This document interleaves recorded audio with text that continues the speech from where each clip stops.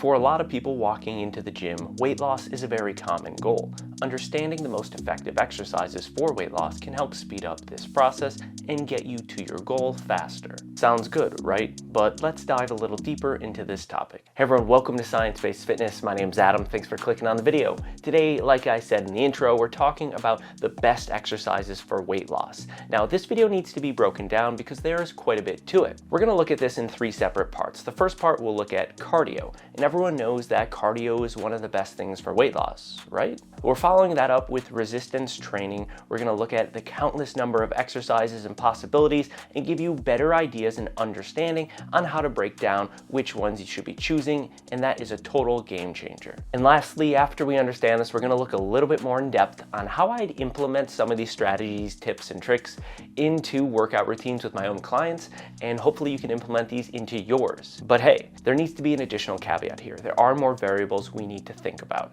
And if we're talking about optimizing weight loss, we kind of have to assume all those additional variables are looked after and kept up on, like things like appropriate amount of sleep, not being in too large of a calorie deficit, getting enough protein. If you need more information on recovery, I do have a video I'll link at the end of this one, so you have some better information to go off of moving forward. Got it?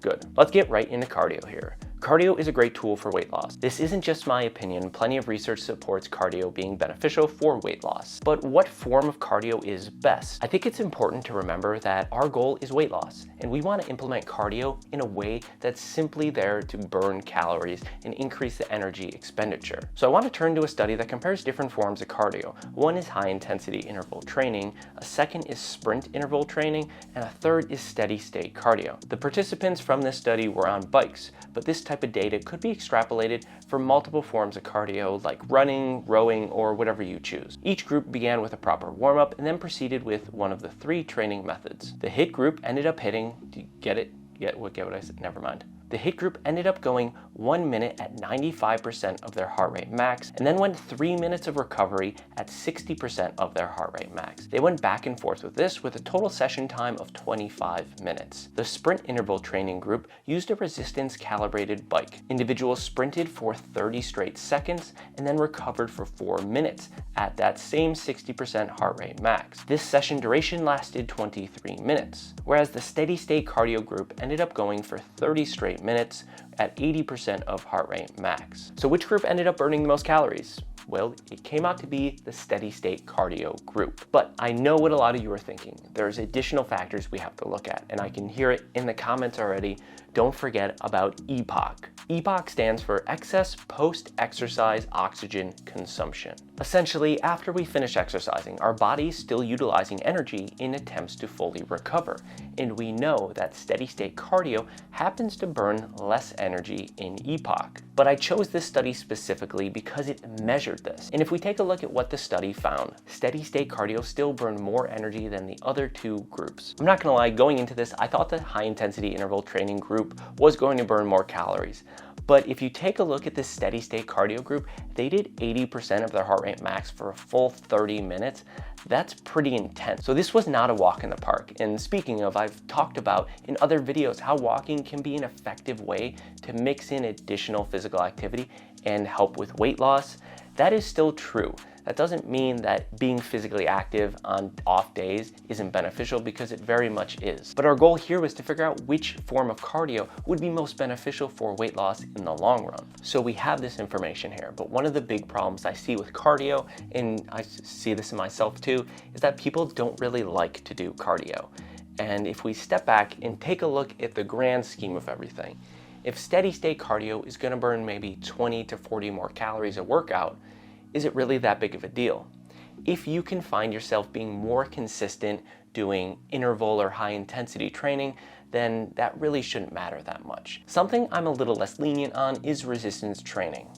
Lifting weights should be part of everyone, and I mean everyone's health and fitness journey. As long as you're healthy and as long as you're not, I don't know, allergic to weights or something. So there's three things we need to address right off the bat about lifting weights. And this first one I hear so much, but people are afraid of getting too bulky or building too much muscle. I've been training for over a decade, and I've never had this happen to a client. I've seen tons and worked with tons of trainers. No one's ever gotten too bulky too fast. Building muscle is a slow and long process. It takes time and dedication, and this isn't something you need to worry about. The second is that we want to build muscle. Muscle has a larger demand of energy more than fat. When I was in school getting my degree, I was told that every 5 pounds of muscle you put on will burn an additional 100 calories a day. After I got out of school, I read some papers and articles that pretty much confirmed that that wasn't the case and that was an overestimation, but muscle does burn more energy than fat. And thirdly, those who are participating in resistance training during a weight loss phase can increase strength levels, retain muscle mass, and have been more efficient at keeping weight off after they conclude their diets. But now, how do we choose which exercises are the best for weight loss?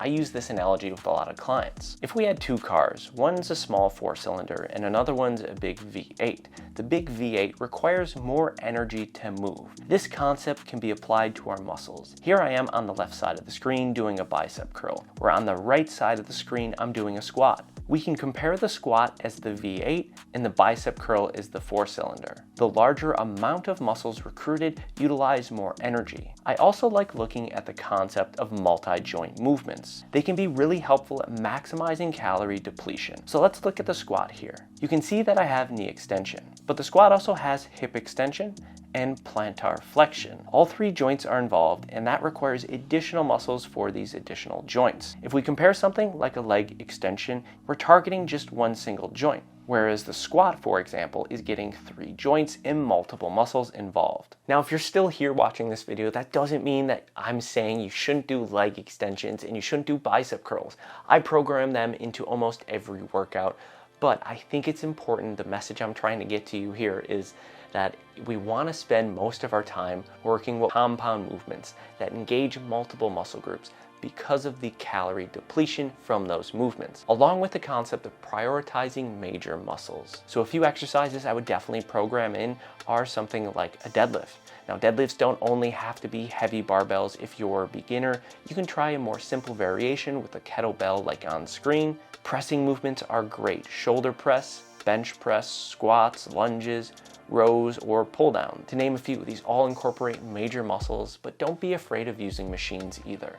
Sometimes, especially for beginners, machines are some of the best places to start. So I think we have a pretty good understanding of the types of exercises we should be doing.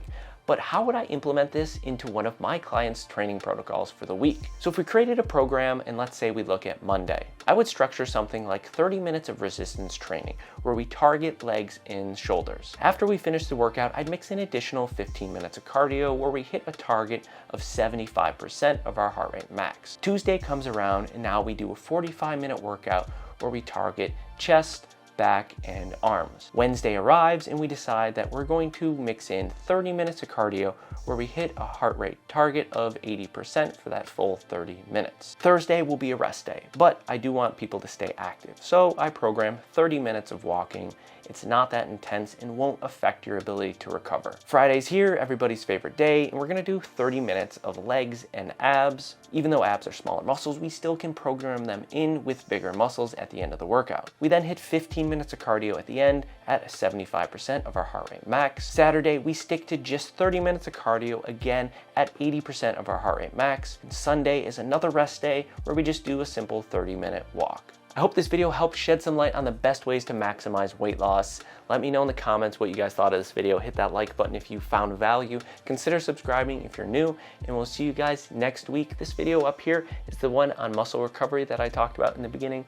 Feel free to click that, and we'll see you guys next time.